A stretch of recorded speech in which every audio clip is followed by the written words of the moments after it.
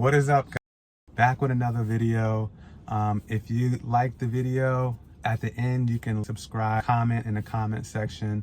Today we're going to be going over long-term rentals versus short-term and mid-term rentals. So when my wife and I first started out, we started out with a duplex with a long-term rental. So we were at the top. We stayed at the top and we rented out the bottom as a long-term rental. Long-term rental usually means 6 months to a year. Some of the benefits of long-term rental is you always have rent coming in. It's stable rent, right? So year after year, you're going to continue, month after month, you're going to continue to get that rental income coming in, right? So that's one benefit of long-term rental. Another long-term benefit is that you don't have to do any really maintenance to the property because the tenant is handling mostly everything, right? The tenant is handling the inside of their apartment. You only need to do the major renovations if something like a wall is messed up or something, or if something happens with the toilet or the toilet is outdated and you have to put in a new one. You have to do that. But overall, the tenant is really not gonna bother you. It's like their own place.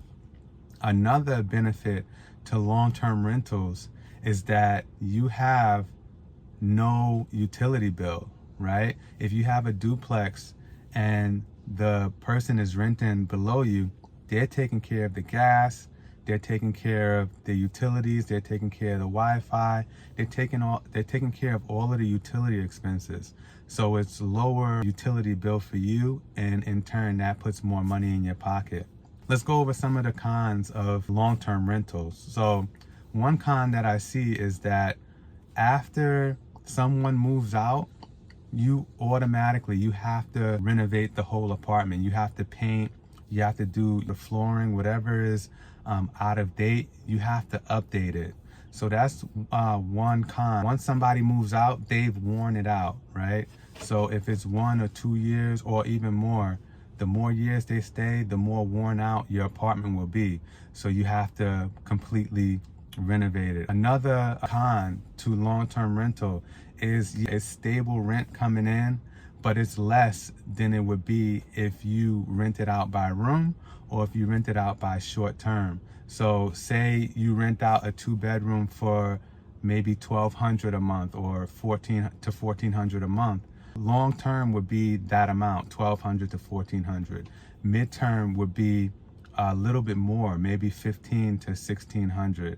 And then if you rent by room, you can rent each room out for $700 to $800. So the shorter the term is, the more money you're gonna make over that apartment. So that's one con to long-term renting. Overall, most of our apartments are long-term rentals, if not all of them, because it's stable. You don't have to really worry about anything unless, of course, something happens in the apartment. Then of course you have to fix it. But if not, long-term rental is great, right?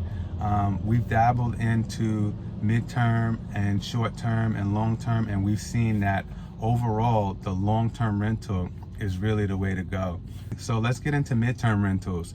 Midterm rentals are decent, and midterm rentals means 3 to 6 months of renting, or maybe a little bit more, maybe 8 months. Usually midterm rentals are for a hybrid, for maybe nurses that are coming into your area that are renting out. You can rent to them for a little bit more than you would with a long-term rental. That's one of the positives for midterm rental is you get professionals, man. You get a lot of professionals that they come in, they go to work, they go to sleep, and they repeat that thing every week, week after week. And then when they have some time off over the weekend, or if they have a vacation, they go away. So your apartment is left in very, very good condition. And that's the benefits of 3 to 6 months of renting, right? Of midterm rentals. Let's get into some of the cons. So some of the cons of midterm rentals is that after 3 to 6 months, you have to constantly turn it over, right? And some months you may lose out on rent. You may lose out on a month. You may lose out on 2 months. But remember that you can make that up when you rent out to people. You can rent it out for a little bit higher than it would be for long-term rentals. So that's one of the cons, is you have to constantly turn over. You don't necessarily have to go in and paint and do a bunch of things to fix up your apartment, but you do have that turnover rate where you do lose out on some of your income. So that's of renting out midterm. Another con to renting out midterm is that you always have to keep vetting people. It's more management, and also you have to pay for the utility bills. You have to pay for the furnishings in the apartment. So with those midterm rentals, they're expecting everything. They're expecting Wi-Fi, they're expecting utilities, they're expecting it to be fully furnished. So those things may increase your overhead. So you may end up having to put more out initially for that midterm rental. Let's get into short-term rentals. Short-term rentals are very good, or they can be very bad. It just depends on the area that you're in for short-term rentals. Like my family and my cousins, we went out to the Poconos and we rented out an Airbnb, right? The Airbnb was phenomenal. And the thing is, you're paying a premium for short-term rental. Short-term rental is more of an experience than it is actually somebody staying there to rent for a while, right? But the positive is that if you're in the right location, you can make 2 to 3 times as much in a short-term rental than in a long-term rental. So say you're making $1,000 in your 1-bedroom apartment per month for short-term rental, you can make $2,000 to $3,000. You just book on Airbnb. You set yourself up on Airbnb, or you can set yourself up on VRBO or any short-term rental platform, and you can easily make double the money depending on your location. Remember, depending on your location. Short-term rentals do not work for all locations. We've dabbled into short-term rentals through what is it called? Through Airbnb, right? And with the Airbnb, it was a terror. We were trying to give it a chance, trying to rent, but every time we rented out, because of the location, it's in a C-class neighborhood, working class neighborhood. So we weren't getting the best people coming in.